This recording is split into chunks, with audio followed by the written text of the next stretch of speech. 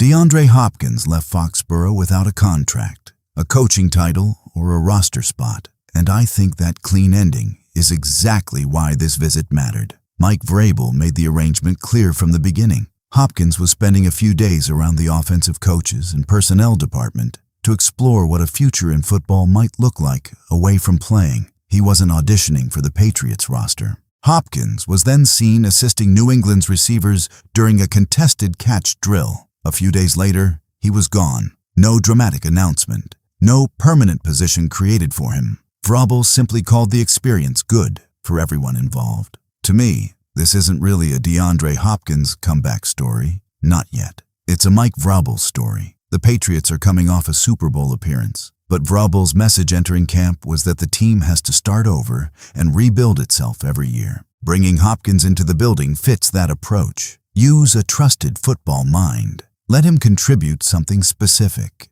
Learn from the experience. Then keep moving. And Hopkins had something useful to offer this particular receiver room. New England added A.J. Brown and Romeo Doubs during the offseason. Kayshon Boutte has started camp well, while questions continue about whether the Patriots could eventually move one of their receivers. Behind the established options, several players are fighting for a limited number of roles. Hopkins didn't need to redesign the offense to help them. His value was in the details, positioning his body at the catch point, controlling space against tight coverage, showing his hands late and finishing when the quarterback can't deliver a perfect ball. A position coach can describe those techniques. A receiver who built an elite career around them can sometimes make the lesson clearer with one demonstration. That's the practical benefit I see here. Maybe Hopkins helps one receiver clean up one rep. Maybe that receiver later wins a third down ball with a defender attached to him. For a team trying to give Drake Maye dependable answers against playoff coverage,